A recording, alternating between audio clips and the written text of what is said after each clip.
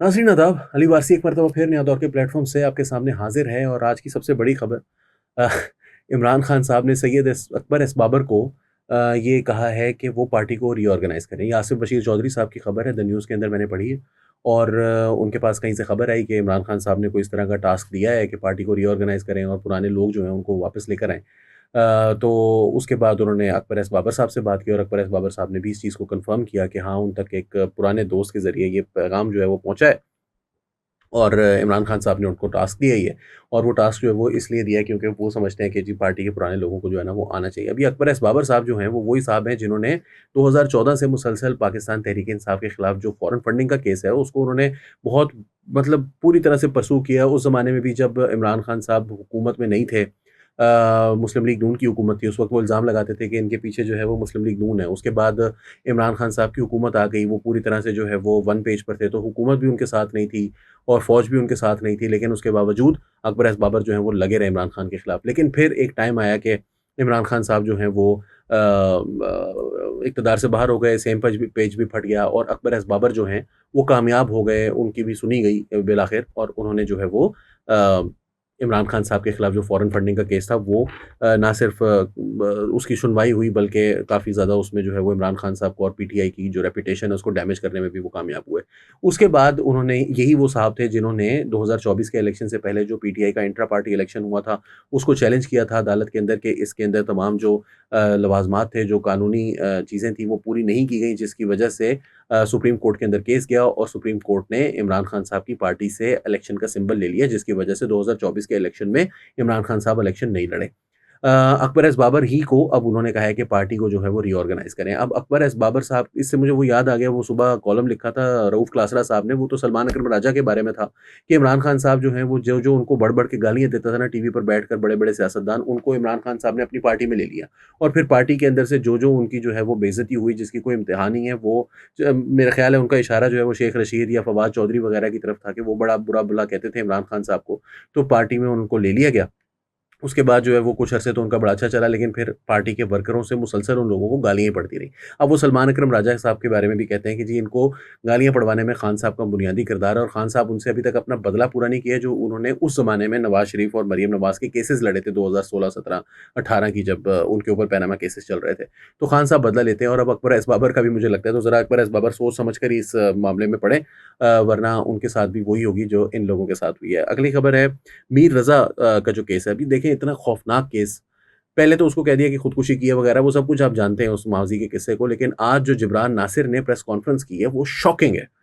3 लोग थे इस इन्वेस्टिगेशन के अंदर जो हाई पावर्ड इन्वेस्टिगेशन टीम बनाई गई थी। एक तो थे कोई ये समयू एसएसपी थे समीउल्लाह सुमरो साहब, ये स्पेशल इन्वेस्टिगेटिव यूनिट जो है एसआईयू उसके उससे इनका ताल्लुक है। ईस्ट एसएसपी जो हैं वो ज़ुबैर नज़ीर शेख हैं और तीसरे जो हैं वो एसपी उस्मान सफदर साहब हैं। अब इन तीनों का आप ज़रा गौर करें इनके कॉन्डक्ट पर कि एक स्मार्ट वॉच थी जो कि स्वयं के दिन उनके घर से ले ली गई थी, पुलिस ने उनकी कस्टडी में अपनी कस्टडी में ले ली थी उनके घर वालों से। और अब कितने दिन हो गए हैं उनको जो है वो क्या कहते हैं इस वाक़ये को हुए हुए और स्वयं से लेकर आज के दिन तक उन्होंने आज की प्रेस कॉन्फ्रेंस में बताया कि जब एनसीसीआईए से फोरेंसिक्स करवाने के लिए उनकी बहन ने और उनके घर वालों ने दरख्वास्त दी कि वो वापस कर दें और उसके लिए एक पूरा जो है ना वो रिकॉर्ड जो है वो जो भी पुलिस की कस्टडी में होता है उस पुलिस से वापस लेने के लिए, तो वो पूरा एक रिकॉर्ड बनता है जो कि पुलिस अगर कोई चीज़ उनसे लेती है अपनी तहवील में और वापस करती है किसी भी वजह से, जैसे इधर एनसीसीआईए को देने के लिए उन्होंने वापस करनी थी, तो उसका एक पूरा रिकॉर्ड बनता है, उसका एक जो है वो दरख्वास्त होती है, उस दरख्वास्त के ऊपर अमल दरामद होता है। तो यहाँ पर जब इन्होंने राब्ता किया तो समीउल्लाह सुमरो साहब ने कहा कि वो जो स्मार्ट वॉच है उसके बारे में परेशान होने की ज़रूरत नहीं है, वो तो हमने उसका भी मेमो ही नहीं बना, वो हमने अनऑफिशियली अपनी तहवील में ली हुई है, यानी कि 8 दिन से वो अपनी जेब में लेकर वो स्मार्ट वॉच जो है वो घूमे जा रहे हैं। दूसरे साहब हैं ये एसपी उस्मान सफदर साहब, कोई डीवीआर थी वो भी उनके पास पड़ी हुई है और उसके बारे में भी कोई इल्म नहीं है, वो अपनी गाड़ी में लेकर जो है वो घूम रहे थे। तीसरे साहब जो हैं वो हैं ज़ुबैर नज़ीर शेख साहब और ये ज़ुबैर नज़ीर शेख साहब जो हैं ये इलेक्शंस जो आज़ाद कश्मीर के हो रहे थे उससे पहले से ये आपको पता है कि एजेके में इस वक़्त पीपल्स पार्टी की हुकूमत है, वहाँ से उन्होंने लिया हुआ था बहुत सारे पुलिस अफ़सरान को सिंध की पुलिस से वहाँ पर लेकर गए हुए थे और ये बहुत बड़ा इल्ज़ाम भी था कि जी सिंध की पुलिस आ रही है और वहाँ से जो है वो हमें आके जो है वो उनके ज़रिए हमें पिटवाया जा रहा है। तो वो ज़ुबैर नज़ीर शेख साहब जो हैं एसएसपी, वो वहाँ पर गए हुए हैं आज़ाद जम्मू एंड कश्मीर। वो कत्ल होने से 2 हफ़्ते पहले से वहाँ पर हैं और अभी तक वापस नहीं आए हैं।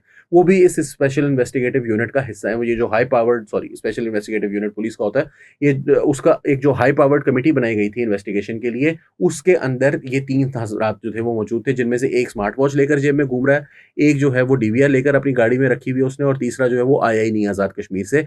और वो ये पूछते हैं कि ये सिर्फ मेयर नेग्लिजेंस है, केयरलेसनेस है, या आप इसको वाक़यतन क्रिमिनल बिहेवियर जो है वो कहेंगे पुलिस का। बहरहाल एक फोरेंसिक रिपोर्ट जो है वो आई है और उससे कम से कम एक बात तो तय हो गई है, वो ये है कि इनकी जो है वो खुदकुशी का कोई मामला नहीं था जो कि पुलिस ने ओरिजिनली किया। अब उस इन्वेस्टिगेशन टीम को जो है वो कोई जेलों में डालेगा या नहीं डालेगा पता नहीं, लेकिन बहरहाल फ़िलहाल की सूरत हाल यही है। और साथ-साथ एक बात और भी जो सामने आई है वो ये है कि उनको तशद्दुद के दौरान जो उनको मारा गया था, उसकी जो ज़रबें हैं जिस्म के ऊपर, जो कि पहली पोस्टमार्टम रिपोर्ट के अंदर कहा गया था कि उनके जिस्म पर कोई ज़र्ब नहीं आई है। उसके बारे में ये कहा गया कि जो उनके ऊपर ज़रबें आई थी जिस्म पर, साथ-साथ ये कहा गया है कि जो तशद्दुद है उसके अंदर वायलेंस के हथियार के तौर पर उनकी जिस्म के ऊपर मुख्तलिफ केमिकल्स और एसिड तक जो है वो डाला गया है उनको जलाने के लिए, उनको कत्ल करने से पहले।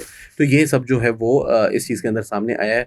और आप देख लें खुद ही कि किस तरह से सिंध गवर्नमेंट जो है वो रन हो रही होती है। पंजाब का भी हमने कल किस्सा डिस्कस किया था, लाहौर का सेटिंग कमेटी के अंदर, और ये भी अब आपके सामने है कि किस तरह से यहाँ पर मैं तो हैरान होता हूँ कि एक आम आदमी जो है वो बिल्कुल जो पीपल्स पार्टी का वो जो वडेरा शाही का एक तरीकाकार है ना, वो उस कराची के लोगों को, क्योंकि वो मिडिल क्लास से ताल्लुक़ रखते हैं, उनको उनके उसी तरह से वो डील करते हैं जिस तरह से वो अपने गाँव के अंदर कोई अगर पढ़ लिख जाए जो बच्चा, उसको उसकी औकात में रखने के लिए जो है वो वडेरा जिस तरह से डील करता है, बिल्कुल उसी तरह से आम शहरी को भी डील किया जाता है। क्योंकि कोई माने या ना माने, बहरहाल यहाँ पर कोई कवर अप हो रहा है, और वो कवर अप जो है वो अभी तक, अगर उसके अंदर कोई बहुत बड़े-बड़े नाम शामिल नहीं हैं, तो अब तक कवर अप जो है वो ख़त्म हो चुका होना चाहिए था। लेकिन किसी भी तरीके से वो हो रहा है और वो जारी है मुसलसल। तो ये आपके सामने सूरत हाल है। तीसरी खबर की तरफ हम चलते हैं जनाब। सामिया खान साहिबा जो कि पिछले 1 साल से नहीं तो 7-8 माह से कम से कम ये कह रही हैं कि 2026 वो साल है जिसमें पाकिस्तान के अंदर जो हुकूमत है उसका निज़ाम बिल्कुल तब्दील हो जाएगा। वज़ीर-ए-आज़म शायद ना रहे, वो कहती थी कि डेमोक्रेसी जो है वो शायद हम उसको तरसें, इलेक्शंस को हम तरसें। तो अब सूरत हाल जो है वो, अब उन्होंने एक इंटरव्यू दिया है मोअम्मर इलियास को, नया दौर से जिनका ताल्लुक है, और इसके अंदर उन्होंने कहा है कि जो कुछ मैंने कहा था वो सब कुछ जो है वो अब सब सच सामने आ रहा है। मैंने जनवरी के अंदर कहा था, उस वक़्त तो इदारों को भी नहीं पता होगा कि ईरान में जंग लग जाएगी और पाकिस्तान का जो है वो कोई बहुत बड़ा किरदार होगा मुस्लिम उम्मा को इकट्ठा करने में, और पाकिस्तान का कोई किरदार होगा इंटरनेशनली। मैंने उस वक़्त ये बात कही थी क्योंकि ये सिर्फ़ सितारों की चाल थी। साथ-साथ उन्होंने ये भी एक पेशन गोई की है कि आसिम मुनीर साहब के लिए पर्सनली नहीं, लेकिन जो पाकिस्तान के अस्करी इदारे हैं उनके लिए 2 अगस्त से लेकर 28 सितंबर तक भारी है, लेकिन उसके बाद जो है वो सत्ते-खैर हैं। तो इसलिए इससे भी ये भी पता चलता है कि 27 सितंबर के बाद जो है, जो कि आपको पता है कि 27 सितंबर की उन्होंने डेट दी हुई है, उसके बाद जो है वो सत्ते-खैर हैं। तो इसका मतलब है कि 27-28 को जो कुछ करना है वो कर लें, उससे पहले ही जो है वो नए ससरात जो है वो ख़त्म होना शुरू हो चुके होंगे। तो मामला जो है वो पीटीआई के हाथ से भी निकल रहा है, साथ-साथ उन्होंने कहा है कि बाकियों के भी हाथ से निकल रहा है। कोई वज़ीर-ए-आज़म, वज़ीर-ए-आज़म यहाँ पर सिस्टम ही नहीं रहना। मार्शल लॉ के हवाले से उन्होंने ज़रूर कहा कि नहीं लगेगा, फ़ौज जो है वो खुद से इक़्तिदार पर कब्ज़ा नहीं करेगी, लेकिन जो निज़ाम मौजूद है वो ख़त्म हो जाएगा। अ, चौथी खबर जो कि बहुत इम्पोर्टेंट है वो ये है कि मोहसिन नकवी साहब ने अनाउंस किया है कि अब हम ऑनलाइन नजराने देंगे, और चादर भी अगर चढ़ाना चाहें दाता दरबार पर तो वो चढ़ाई जा सकती है। तो ओवरसीज़ पाकिस्तानीज़ के लिए ये खुशखबरी थी। मैंने कहा वो उनकी प्रेस कॉन्फ्रेंस है, आप बेशक भी वीडियो देख लें, मैं कोई मजाक नहीं कर रहा। अल्लाह ताला ने और इन बुजुर्गान दीन ने मोहसिन नकवी साहब से ये काम लिया। मैं इस हवाले से दिल के गहराइयों से इनको मुबारकबाद पेश करता हूँ। एक चीज और ऐड कर लें कि आज से हमने ऑनलाइन नजराना भी शुरू कर दिया है कि अगर कोई शख्स लंदन बैठा है, अमेरिका बैठा है, या पाकिस्तान से बाहर है या पाकिस्तान के अंदर, वो ऑनलाइन देख भी दे सकता है, चादर भी चढ़ा सकता है। फाइनली आपने वीडियो देख ली है तो मैं आपको एक और वीडियो भी दिखाना चाहता हूँ। ये वीडियो जो है वो लाहौर एयरपोर्ट की है। यहाँ पर एक खातून जो कि ख़ुद एक एसएचओ की बेटी हैं, और उन्होंने एफआईए के मुलाजमीन होते हैं ये, मतलब जो एयरपोर्ट पर होते हैं, मैं 100% श्योरिटी से नहीं कहता कि ये एएसएफ के मुलाजमीन थे या एफआईए के थे, लेकिन इन्होंने जो है वो इनकी चंगी जो है ना वो जिसे कहते हैं जलालत की है। वहाँ पर उन्होंने इल्ज़ाम लगाया कि 2 ख़वातीन जो यहाँ पर बैठी हुई हैं, उन्होंने उनकी तस्वीरें भी दिखाई हैं वीडियो के अंदर। उन्होंने कहा ये ख़वातीन जो हैं ये लोगों से वहाँ पर भत्ते ले रही हैं, और ये लोगों के जो है वो टिकट्स कैंसिल करवा रही हैं, उनके वीज़े कैंसिल करवा रही हैं, जो इनका दिल करता है वो करते हैं वहाँ पर, और जो इनको रिश्वत दे देते हैं वो मुँह से कह रही हैं। आप वीडियो भी देख सकते हैं, उसके अंदर वो कह रही हैं कि जो इनको रिश्वत देता है उसको ये जाने देते हैं, और जो रिश्वत नहीं देता उसके लिए ये मजबूर से मजबूर आदमी को भी जो है ना वो फैसिलिटेट नहीं करते। साथ एक और साहब जो हैं वो भी आए हैं, वो भी वीडियो के अंदर आपको नज़र आएँगे, मैं आपको वीडियो दिखाता हूँ। उसके अंदर वो ये कह रहे हैं कि ये जो ख़वातीन हैं इन्होंने ये मेरे से मोबाइल लिया मेरा, और इसके अंदर मेरी बीवी की फ़ोटोज़ हैं, वो ये बैठकर देख रही हैं यहाँ पर, और इन्होंने जो है वो मेरा फ़ोन मुझे नहीं पता कि क्यों लिया हुआ है। ये सूरत हाल जो है वो, ये ज़रा वीडियो देख लें पहले। क्या नाम है आपका? इधर जो बंदा रिश्वत देता है उस बंदे को आप लोग आगे कर देते हो, है?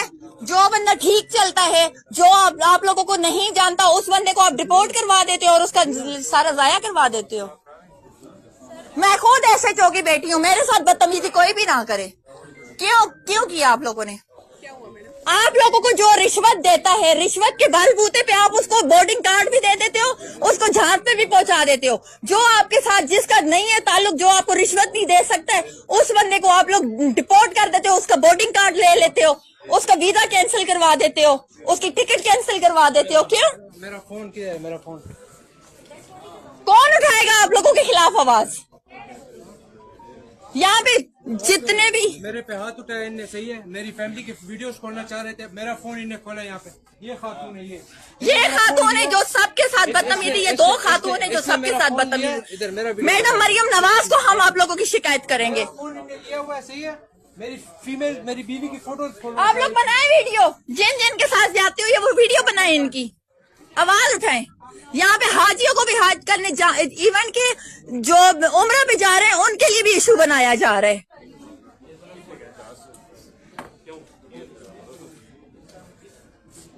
यहाँ पे कोई किसी की हेल्प नहीं करता है। इन लोगों के पॉकेट गरम किए जाएं, इन लोगों की जेब में पैसे डाले जाएं, इन लोगों के ये ताल्लुकात निकाले जाएं, तब ये लोग साथ देते हैं, वरना ये किसी की हेल्प नहीं करते। एक जरूरतमंद की भी ये लोग हेल्प नहीं करते हैं। हम लोगों के पैसे हराम के हैं क्या? मैं आप लोगों के खिलाफ कंप्लेन करूंगी।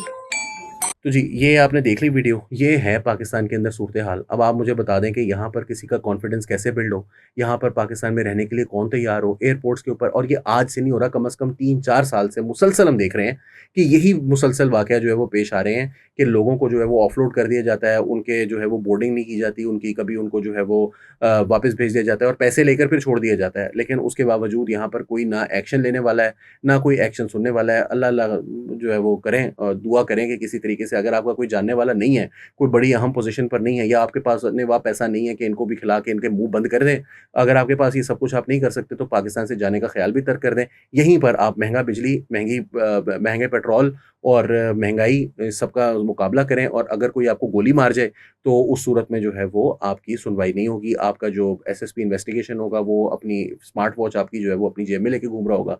एक और एसएसपी जो होगा वो आपका डीवीआर जो है वो अपनी गाड़ी के डैशबोर्ड में रख के घूम रहा होगा। एक एसएसपी साहब जो है वो आज़ाद कश्मीर से वापस नहीं आएंगे। अब आपकी मर्जी है, पाकिस्तान में आपने रहना है तो रहें, नहीं रहना तो आपकी मर्जी है, जा नहीं कहीं आ सकते। अली वारसी को फिलहाल के लिए नया दौर के प्लेटफॉर्म से इजाज़त दीजिए। आदाब।